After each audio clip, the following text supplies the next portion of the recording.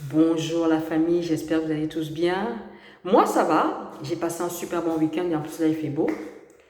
Je voulais juste, comme la dernière fois je vous l'ai dit, j'étais tombée sur la problématique que nous les femmes africaines nous avions notamment avec les perruques et les maquillages. Et c'est vrai que les avis sont partagés.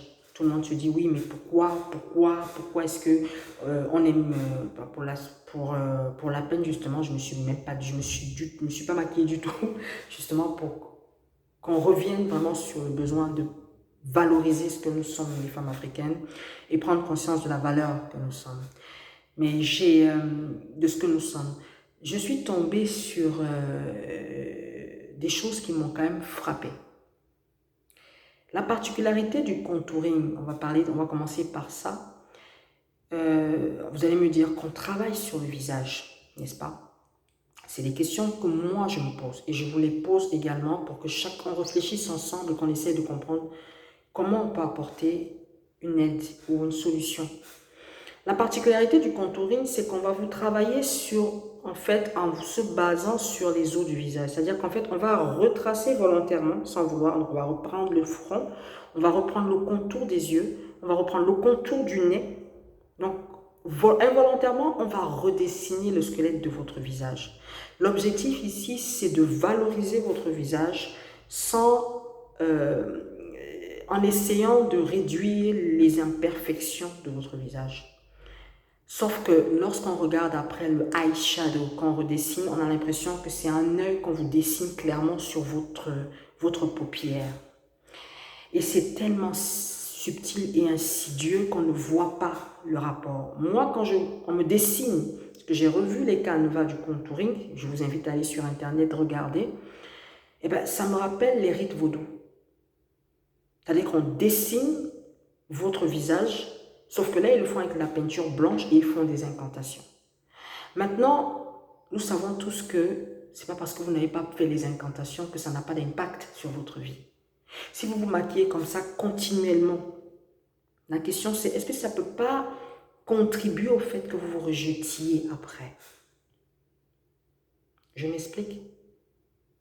Vous portez la forme de votre visage, c'est-à-dire qu'on vous dessine votre visage, comme si on avait pris un esprit de mort qu'on vous avait collé sur le visage, puisque ce n'est pas votre visage qu'on dessine, mais c'est la forme de votre squelette qu'on dessine pour pouvoir avoir les meilleures façons pour affiner votre visage. Vous le portez toute une journée, vous le portez quasiment tous les jours de votre vie. Est-ce que ça peut être quelque chose qui peut influencer sur votre manière de faire, de manière à ce que vous ne vous acceptiez plus? C'est la question qu'il faudrait qu'on se pose tout ensemble, les filles. Parce que c'est quelque chose, s'il n'y avait pas eu ce problème de rejet, je ne me poserais pas la question. J'essaie simplement de comprendre comment est-ce qu'on peut arriver au point où on ne peut pas se regarder sans maquillage. On ne peut pas sortir devant les gens sans maquillage. C'est quoi le lien véritable? Qu'est-ce qui fait que les femmes, à un moment donné, ne puissent pas se regarder sans maquillage? Qu'est-ce qui fait que on ne puisse plus sortir? Vous savez, quand la Bible parle, quand la parole de Dieu vous parle de comment Dieu s'est assis pour créer la femme, c'est impressionnant. Il a pris le temps de dessiner les yeux, le front, le visage, la bouche. Et nous, humains, nous venons lui dire, Coco, ce que tu as fait là, c'est pas du bon boulot. Parce que nous, on pense qu'il faut redessiner le visage là.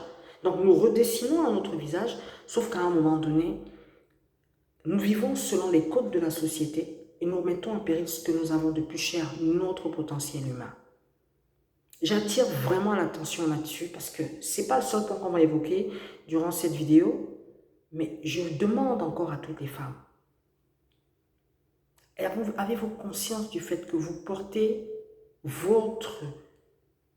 le visage, le contour de votre tête, c'est votre squelette qui est redessiné et que vous portez toute la journée?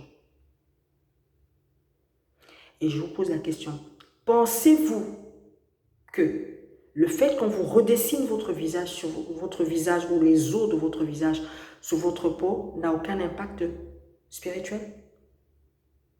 Êtes-vous sûr de ça? Qu'est-ce qui se passe que vous rejetiez votre personne au point où vous ne pouvez plus sortir sans maquillage? Qu'est-ce qui se passe véritablement? Pourquoi vous n'arrivez plus à assumer votre identité? J'aimerais vraiment qu'on parle de ça parce que ce sont des sujets super importants. Et je vous le dis, le continent a besoin des femmes. Et si ce sont des choses qui peuvent nous contrôler, il faudrait qu'on puisse travailler là-dessus sérieusement. Trouver des solutions et apporter de l'aide à ceux qui en ont le plus besoin. Je vais vous mettre les photos de ce que j'ai trouvé sur le contouring et ça m'a choqué. Je ne savais pas que le eyeshadow c'était l'équivalent d'un œil. Donc si vous avez un œil à gauche, un œil à droite et vous avez le contour d'un masque qu'on vous a posé, vous portez là les symboles des rites vaudou. Je répète, si vous portez, on vous dessine de manière insidieuse le masque dont vous portez l'équivalent de votre squelette, puisqu'on se base sur les os de votre visage pour vous faire le contouring. Ça s'appelle le contouring. On se base sur les os de votre visage pour le faire. Sauf qu'au niveau de vos yeux, on vous dessine un regard en bonne et due forme. C'est-à-dire que lorsque vous avez vos paupières sur votre eyeshadow, c'est l'équivalent d'un œil de chaque côté. Je vais vous montrer les photos. Moi, j'ai trouvé ça, ça m'a choqué. Même si vous ne pratiquez pas le vaudou, même si vous ne faites pas des pratiques rituelles du vaudou, pensez-vous que ça n'aura pas d'impact sur votre vie tous les jours, de porter une telle chose tous les jours? Je pense qu'il y a un risque. C'est mon avis. Je ne suis pas la science infuse, mais que Dieu guide chacune de nous, que chacune de nous soit imprégnée de la vérité, la vraie, pas celle qu'on veut nous faire croire. Deuxièmement, je vous ai dit la dernière fois que j'allais me renseigner sur la dépigmentation, puisque c'est la question. Beaucoup de femmes, effectivement, ont du mal à accepter leur couleur d'origine. Je ne sais pas quelles sont leurs raisons. D'autres vont vous dire que non, c'est parce qu'elles n'aiment pas trop ou elles ont moins de succès que d'autres. Je respecte la volonté de chaque femme. Mais saviez-vous qu'une femme sur 4 décède du cancer de la peau dû à la dépigmentation? Je répète, une femme sur 4, 25%, ça ce sont les chiffres qui sont répertoriés par la responsable de l'Agence internationale d'information sur la dépigmentation artificielle qui s'appelle Fatimata Ly. Ce sont les chiffres qui datent de 2019. Et encore, ça c'est ceux qui sont déclarés cliniquement atteints du cancer de la peau. Donc qui sont dans un hôpital et qu'on a répertorié. Il y en a qu'on n'a pas répertorié, qui sont mortes du cancer de la peau et qu'on n'a pas répertorié. Ça c'est la réalité du continent. Donc il se pourrait que ce soit un minimum de 25% et plus. Nous devons prendre conscience de ça. Et celles qui consultent, il faut compter entre 32 et 74% des femmes qui se dépigmentent la peau, qui à un moment donné sont obligées de consulter un dermatologue parce qu'il y a une complication. C'est quand même des chiffres assez... Ça donne le tournis.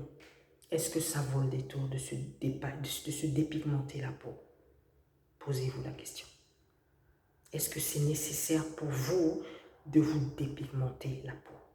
32 à 74% des femmes qui ont commencé un effet, généralement ça commence par « je m'unifie le teint ». Oui, c'est toujours ça. Mon teint n'est pas assez unifié, j'ai le cou qui est plus noir que le visage, j'ai mes mains qui sont plus noires que... Il faut faire attention.